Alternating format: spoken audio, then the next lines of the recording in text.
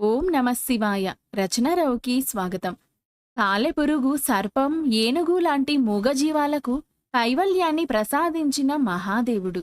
మనలోని వ్యామోహాలను నశింపచేసే మహేశ్వరుడు. ఆర్తిగా ఆశ్రయించిన భక్తుల పాపాలను హరించి సంస్కరించే హరుడు ఆ సదాశివుడు. లోకమంతా ఆయనలో ఉంది. ఆయనే లోకమంతా ఉన్నాడు. సర్వాధార చైతన్యాన్నే శివుడు అంటోంది మన సనాతన ధర్మం. వేదోపనిషత్తులు, పురాణేతిహాసాలు శివతత్వాన్ని అనేక విధాలుగా విశదపరచాయి. శివజ్ఞానం, శివశక్తి, శివధ్యానం, శివార్చన, శివవ్రతంతో మనం శివయోగులుగా మారతామని మహర్షులు ప్రతిపాదించారు.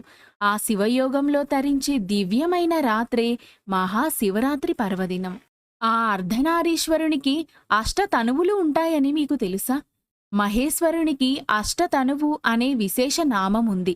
అంటే 8 దేహాలు కలిగినవాడు అని అర్థం. జలం శివుని శరీరాల్లో ఒకటి. నిత్యం నీటితో ఆ స్వామిని దర్శించుకోగలిగితే అది శివపూజే అవుతుంది.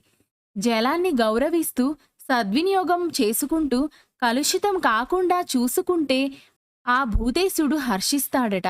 రెండవది హోమాగ్ని. యజ్ఞగుండంలో రగిల్చే అగ్ని లింగమూర్తితో సమానం.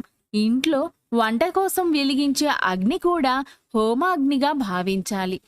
ఈశ్వరుని మూడో శరీరం యజ్ఞకర్త. అంటే భగవంతునికి కైంకర్యాలు చేసే వ్యక్తి అని అర్థం. అలా భక్తుల్ని కూడా నీలకంఠుడిగానే భావించమంటున్నాయి పురాణాలు. సూర్య చంద్రులు శివుని యొక్క 4-5 శరీరాలు. మనకు వెలుగును, చైతన్యాన్ని, ఆహారాన్ని ప్రసాదించే ప్రభాకరుడు పరమశివుడే. మన మనస్సును చల్లబరిచే చంద్రుడు చంద్రశేఖరుని ప్రతిరూపమే. ఇక ఆది భిక్షువు 6వ తనువు ఆకాశం. గగనం నుంచే ధ్వని పుడుతుంది. శబ్దం పరబ్రహ్మ స్వరూపం. సృష్టిలో తొలుత పుట్టింది ప్రణవ రూపమైన ఓంకారనాదమే. అందుకే శబ్దం పుట్టుకకు కారణమైన ఆకాశాన్ని చూసినప్పుడల్లా మహేశ్వరుడే స్ఫురణకు రావాలి. ఆయన 7వ శరీరం పుడమి. సమస్త జీవులకు ఆధారభూతమైన ఆ భూమిని సద్వినియోగం చేసుకుంటూ సదాశివుణ్ణి పూజించాలి. గంగాధరుడి 8వ శరీరం గాలి. వాయువును గౌరవిస్తే ఆ విశ్వనాథుణ్ణి అర్చించినట్లే. అందుకే పూజలు, సంధ్యావందనాల్లో ముందుగా ప్రాణాయామం చేయిస్తారు. ఈ విధంగా 8 రూపాల్లో ఉన్న ఈశ్వరుణ్ణి దర్శించి ధన్యులమవుదాం. అపచారాలకు తావీయక ఆయన అనుగ్రహానికి పాత్రులవుదాం. భక్త కవులెందరో ఆ సర్వేశ్వరుణ్ణి ప్రార్థించారు. శివస్తుతితో భాగవత రచన ప్రారంభించాడు పోతన. శ్రీరాముని పరమ భక్తుడైన త్యాగరాజస్వామి పరమేశ్వరుణ్ణి స్తుతిస్తూ శంభో మహాదేవ శంకర గిరిజారమణ శివ శివ శివ ఎనరాదా, భవ భవ బాధలు ననచుకోరాదా తుదితర కీర్తనలు రచించారు. ఇక ముక్తస్వామి దీక్షితులు అక్షయలింగ విభో స్వయంభో నీలకంఠ భజేహం సతతం అంటూ కైలాసనాథుణ్ణి కీర్తించారు. పరమేశ్వరుడే భూమండలమంతా వ్యాపించి ఉన్నాడు. అందుకే సర్వం శివమయం జగత్ అన్నది శివపురాణం.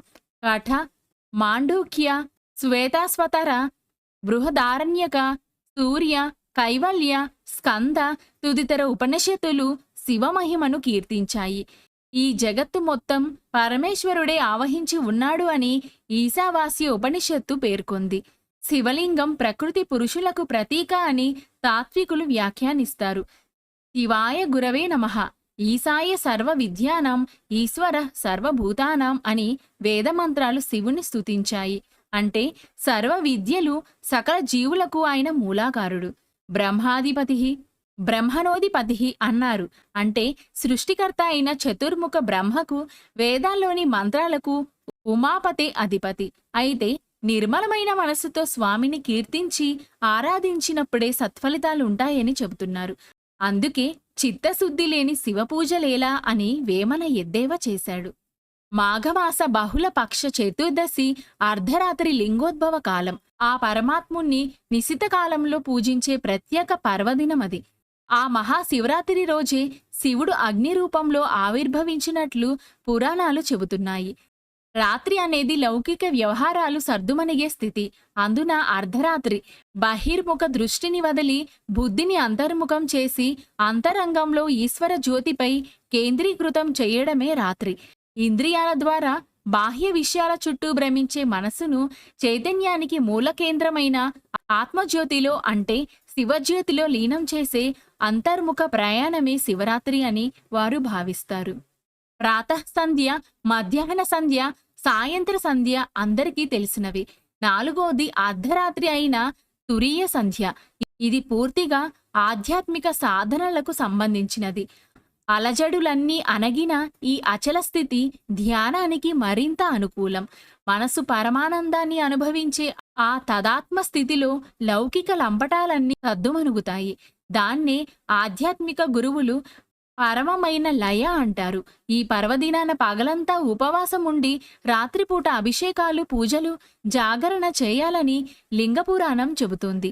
రోజంతా శివనామస్మరణతో గడపడం వల్ల మనసు పరిశుద్ధం అవుతుందని భక్తుల అనుభవం. చాలా మంది భక్తులకు తెలియని విషయం ఏమిటంటే తిరుమలలో కూడా మహాశివరాత్రిని వేడుకగా నిర్వహిస్తారు. వెంకటాచల క్షేత్రానికి శివుడి మరో రూపమైన రుద్రుడు క్షేత్రపాలకుడు. తిరుమలేశునికి నివేదించే సమయంలో ఆ స్వామికి కూడా ప్రసాదం సమర్పిస్తారు. శివకేశవులకు భేదమే లేదనడానికి తిరుమలలో నిర్వహించే మహాశివరాత్రి వేడుకే నిదర్శనం. ఉదయం శ్రీవారి ఆలయం నుంచి అర్చకులు, వేద పండితులు, భక్తులు ఛత్ర చామరాలతో పూజా ద్రవ్యాలు, మంగళవాద్యాలతో ఊరేగింపుగా సమీపంలోని పాండవ తీర్థానికి వెళ్తారు. అక్కడ వేంచేసి ఉన్న క్షేత్రపాలకుడైన రుద్రునికి ఏకాదశ నమక చమక రుద్ర మంత్రాలతో అభిషేకం చేస్తారు. తిరుమల క్షేత్రం సాంప్రదాయం ప్రకారం రుద్రునికి వెండి నామాలు అంటే ఊర్ధ్వ పుండ్రాలు నేత్రాలుగా అలంకరిస్తారు. పుష్పాలంకరణ చేసి శాస్త్రోక్తంగా దీపధూపాలు నివేదిస్తారు. రుద్రునికి నివేదనగా వడపప్పు, పానకం, పండ్లతో పాటు తాంబూలాన్ని సమర్పిస్తారు. ఓం నమః శివాయ. అందరూ బావుండాలి, అందులో నేను ఉండాలి.